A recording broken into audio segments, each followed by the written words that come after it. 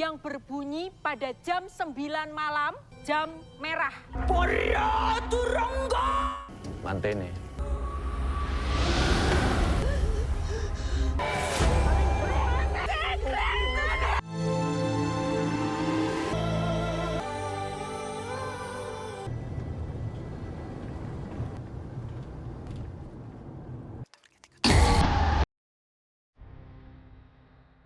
Selamat datang di Cerita Film ID.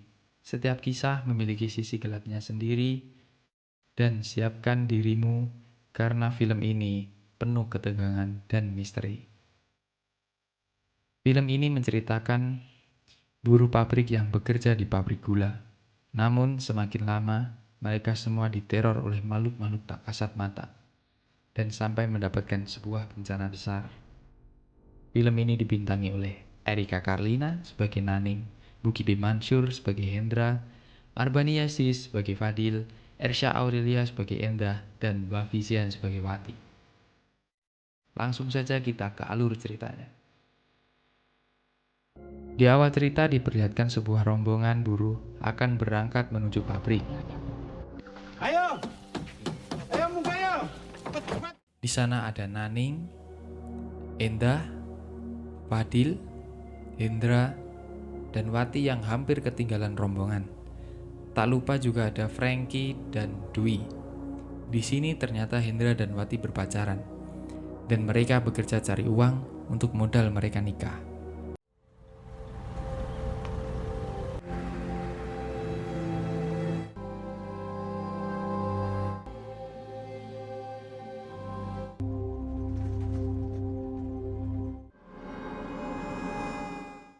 Singkat cerita, sampailah mereka di pabrik gula, dan di sini terlihat pabrik gula sudah terlihat seram dan penuh misteri.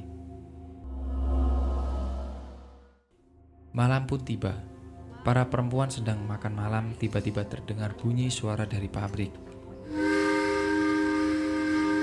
yang entah seperti memberikan sebuah peringatan. Di lain sisi, saat Fadil akan melakukan sholat, dia diganggu oleh sosok hantu noni Belanda. Saat itu, Endah merasa ada sesuatu dari luar loji. Tanpa sengaja, Endah menuju ke salah satu gudang kosong yang ada di pabrik. Dengan rasa penasarannya, dia mengintip dari jendela apa yang ada di dalam gudang. Dan benar saja, Endah melihat sebuah pertunjukan wayang yang pemainnya bukan manusia. Dia langsung lari dari gudang tersebut. Diperlihatkan di belakang Endah ada sebuah makhluk besar, hitam bak seperti banteng yang bertanduk, bernama Dalboh. Barulah film dimulai. Pagi pun tiba. Wati, Naning, Endah berangkat bersama menuju pabrik untuk memulai hari pertama kerja. Mereka semua dikumpulkan dan diberi penjelasan oleh Bu Marni sebagai kepala produksi. Selain itu, Mbah Samin sebagai juru kunci dan Rano Karno sebagai satpam. Di sini dijelaskan bahwa ada peringatan saat suara peringatan yang bunyi setelah maghrib itu adalah jam kuning. Semua buruh harus sudah masuk ke dalam loji. Dan jam kedua adalah jam merah. Pukul 9 peluit pabrik berbunyi. Semua orang dilarang keluar, bahkan keluyuran. Bu Marni menjelaskan bahwa proses penggilingan masih 3 hari lagi, dan mereka semua sudah mendapatkan berbagai teror. Singkat cerita, mereka bekerja sesuai posisi masing-masing. Saat Endah menuju ke kantor, dia melihat sebuah anak burung yang jatuh dari sarangnya dan berniat menolong. Kemudian datanglah seorang nenek tua bernama Mbah Jinah. Dia berkata, "Perbuatan yang baik akan mendatangkan hal baik juga, Nduk." alih-alih kata tersebut adalah sebuah pertanda yang akan menimpa Endah nanti. Ternyata Frankie dan Dwi mengetahui bahwa pabrik ini pernah mengalami sebuah kebakaran besar yang mengakibatkan beberapa buruh tewas terbakar. Cerita tersebut membuat sebagian buruh pabrik menjadi takut. Di sebuah ruangan, saat Endah mengerjakan tugas dari Bu Marni, dia diganggu oleh hantu perempuan bernama Nyi Wilengi. Hantu tersebut membuat dia ketakutan dan pergi dari ruangan. Namun dia diikuti terus oleh sosok hantu itu, seolah memberikan sebuah pertanda akan hal gelap di balik pabrik itu. Dan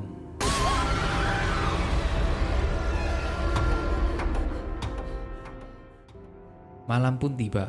Dengan adegan leluconnya, Rano dan Karna membuat Frankie dan Dwi menjadi takut. Karena katanya orang yang tewas karena peristiwa kebakaran sekarang menjadi hantu dan bergentayangan menakuti para buruh. Suka ada demit berkeliaran. Yoiku. Terbuktilah saat Frankie dan Dwi pulang ke loji, mereka diteror oleh hantu kebakaran dengan jumlah yang banyak. Saat malam tiba, Endah kepikiran dengan kejadian yang menimpanya. Bersama teman lainnya, saat mereka ingin makan malam tiba, mereka dikagetkan dengan seekor kelabang dari balik piring. Kemudian scene beralih ke Naning yang tengah enak nongkrong di atas WC. Dia dikejutkan oleh sosok penampakan hantu kebakaran. Saat Wati selesai melakukan sholat, dia dikejutkan oleh sosok hantu kebakaran yang membuat dia ketakutan. Pagi pun tiba. Semua buruh berangkat untuk bekerja. Dwi menanyakan kepada Hendra kalau malam kemarin dia itu mimpi apa, karena dia mengigau. Semalam kamu mimpi apa sih, Indra? Hal tersebut didengar oleh Wati dan dia bersikeras untuk menanyakan hal yang sama. Mimpi apa kan, Mas? Namun Hendra sepertinya menyembunyikan sesuatu. Wes talah. Ku nggak popo. Scene beralih, Endah yang bertemu temannya Rani. Rani menawarkan untuk menyerahkan sebuah dokumen yang akan dibawa ke stasiun Timbang. Dan Endah pun menyerahkan dokumen tersebut. Namun saat Rani berjalan, dia seperti orang kerasukan. Dia berdiam diri di tengah rel kereta yang membawa tebu. Dan akhirnya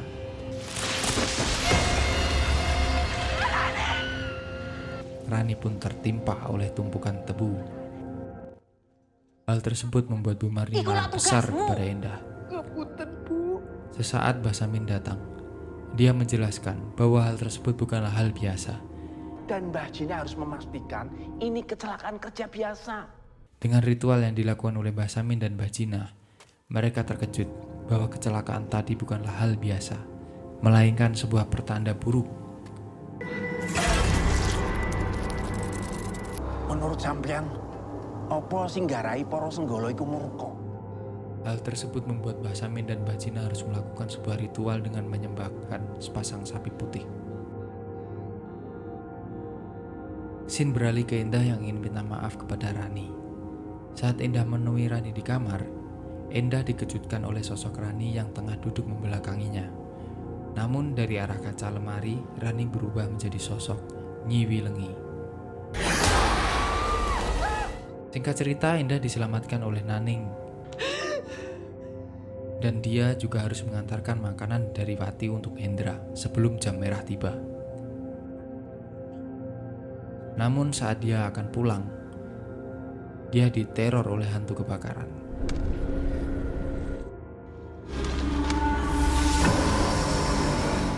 Pagi pun tiba. Basamin dan Mbah Jinah dikagetkan oleh sepasang sapi putih yang masih hidup, menandakan bahwa persembahan tidak diterima oleh makhluk penunggu pabrik. Ana apa ta iki? Kok sajane gak ditampa? Hal tersebut membuat mereka harus melakukan ritual selanjutnya.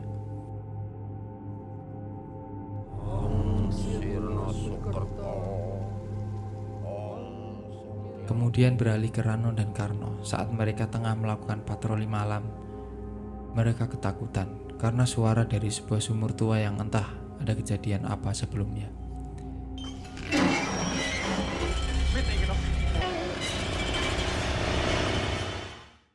Di malam itu, Fadil juga dikagetkan oleh hantu noni Belanda yang terus mengikutinya. Saat dia membuka mata dari tidurnya,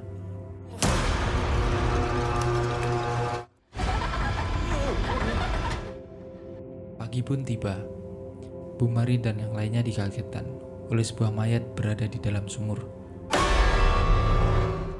Jadi semalam suara di sumur adalah seorang yang terjatuh ke dalam. Hal itu dikuntit oleh Fadil, dan dia diperkoki oleh Mbah Samin. Mbah Samin bilang bahwa Fadil bukanlah orang biasa. Dia bisa merasakan sesuatu yang terjadi di pabrik. Begitupun dengan Endah. Mereka berdua ditanya oleh kedua kuncen itu agar mau bercerita apa yang mereka alami. Endah bilang bahwa saat awal bekerja, dia keluar loji untuk mengikuti orang yang pergi menuju pabrik. Namun, dia kehilangan jejak, dan dia juga melihat pagelaran wayang yang ada di gudang. Selain itu, Fadil juga cerita bahwa dia mimpi ada 2 orang yang pergi ke gudang barat. Dia pikir kalau orang itu Endah, namun ternyata Endah pergi di gudang yang ada di luar gedung utama. Akhirnya mereka pergi ke gudang barat. Gudang barat ini adalah tempat terlarang yang dulunya tempat kebakaran terjadi, dan sekarang ditutup, tidak boleh ada orang yang masuk. Saat malam tiba, kedua mbah ini melakukan sebuah ritual debus, seperti layaknya kuda lumping. Ritual ini bertujuan mencari tahu apa yang sebenarnya terjadi. Mbah Samin lah yang dijadikan medium hingga dia kesurupan dan mengarah ke gudang barat. Alangkah terkejutnya, ternyata mereka diarahkan ke sebuah gudang yang sebenarnya dulu saat zaman Belanda, tempat ini sering terjadi kecelakaan. Sehingga manusia membuat sebuah perjanjian dengan Maharatu. Maharatu adalah raja penunggu pabrik gula. Mereka akhirnya mengikat perjanjian dengan Maharatu. Selain itu, ternyata 2 orang tersangka juga sudah merusak pagar gaib dan mencuri benda milik Maharatu. Tak disangka, saat pembicaraan mereka berlangsung, Bu Marni mengalami hal mengerikan. Hidung, mata, dan mulutnya mengeluarkan darah. Sin beralih ke Naning saat dia masuk kamarnya, melihat sebuah perhiasan emas berserakan yang entah didapat dari mana, dan tiba-tiba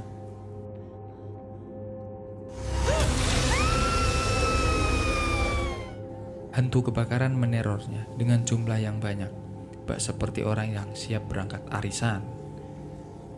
Dia pun ditolong oleh Hendra. Namun Hendra terkejut bahwa Naning sudah melakukan sebuah kesalahan karena mencuri perhiasan emas tadi. Mereka berniat mengembalikan ke tempat semula, namun mereka berdua terus diteror oleh hantu kebakaran yang jumlahnya justru semakin banyak. Fadil dan Endah pun akhirnya mengetahui bahwa Hendra dan Naning lah pelaku semua ini. Mereka menemui teman-teman lainnya untuk membantu cari keberadaan Naning dan Hendra. Akhirnya mereka semua berpencar mencari keberadaan Naning dan Hendra. Namun semua semakin kacau. Saat Fadil sedang mencari, dia dikejutkan oleh temannya yang kesurupan di dalam loji. Tiba-tiba hantu banteng muncul kembali dan menyerang Fadil. Namun dengan keberanian dan doa, dia terlepas dari cekikan hantu tersebut. Di lain sisi, Frankie dan Dwi juga mencari 2 orang tadi. Mereka diteror oleh hantu tentara Jepang yang membuat mereka lari ketakutan. Tak sampai di situ, hingga mereka bertemu oleh hantu perempuan dan ya, hantu ngompol namanya. Lihat aja, hantunya ngompol kan. Hendra dan Naning ternyata sedang menuju ke gudang untuk mengembalikan perhiasan milik Maharatu. Singkat cerita, mereka semua berkumpul dan menanyakan bagaimana mereka bisa mencuri benda dan apa yang mereka lakukan. Naning dan Hendra menceritakan yang sebenarnya. Ternyata mereka berdua memiliki hubungan gelap yang tidak diketahui oleh siapapun, termasuk Wati, pacar Hendra. Tak sampai di situ, mereka juga melakukan hubungan bak layaknya bulan madu pengantin baru yang dilakukan di tempat terkutuk.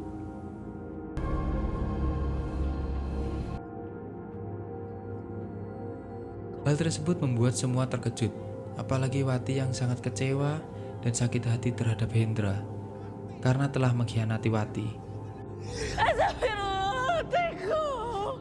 Tak disangka karena emosi, Wati kesurupan sosok hantu yang membuat semua orang di pabrik ikut kesurupan.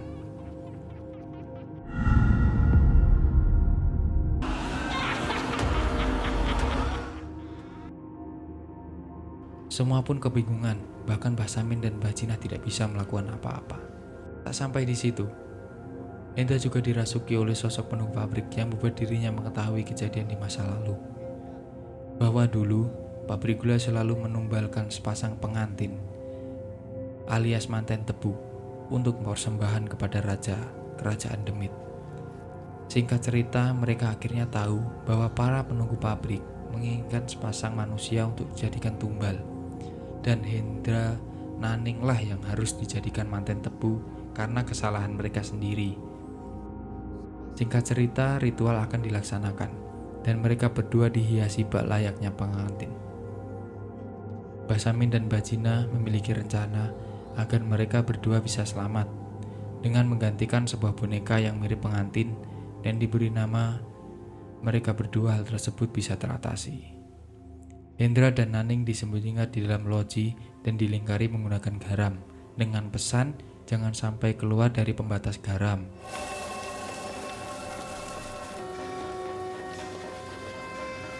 Namun semua tidak semudah itu. Hendra dan Naning yang sudah menjadi incaran kerajaan Demit tetaplah menjadi tumbal yang sesungguhnya. Garam yang dijadikan pembatas tersapu oleh angin dan pintu terkunci.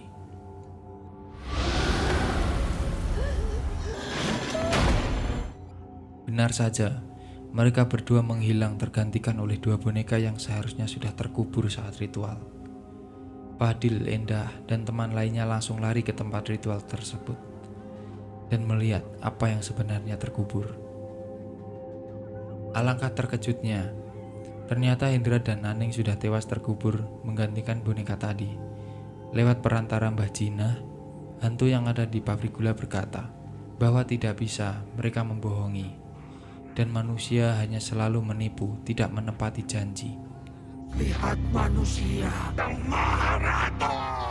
Semua diakhiri dengan tangisan yang sudah banyak memakan korban. Pabrik pun tidak jadi melakukan penggilingan dan semua buruh dipulangkan.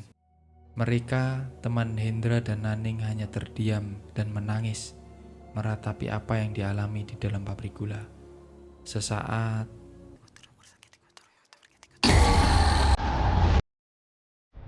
berakhirlah alur cerita film Pabrik Gula 2025. Gimana? Cerita yang sangat mengerikan bukan? Biar kalian tidak bingung, begini inti ceritanya.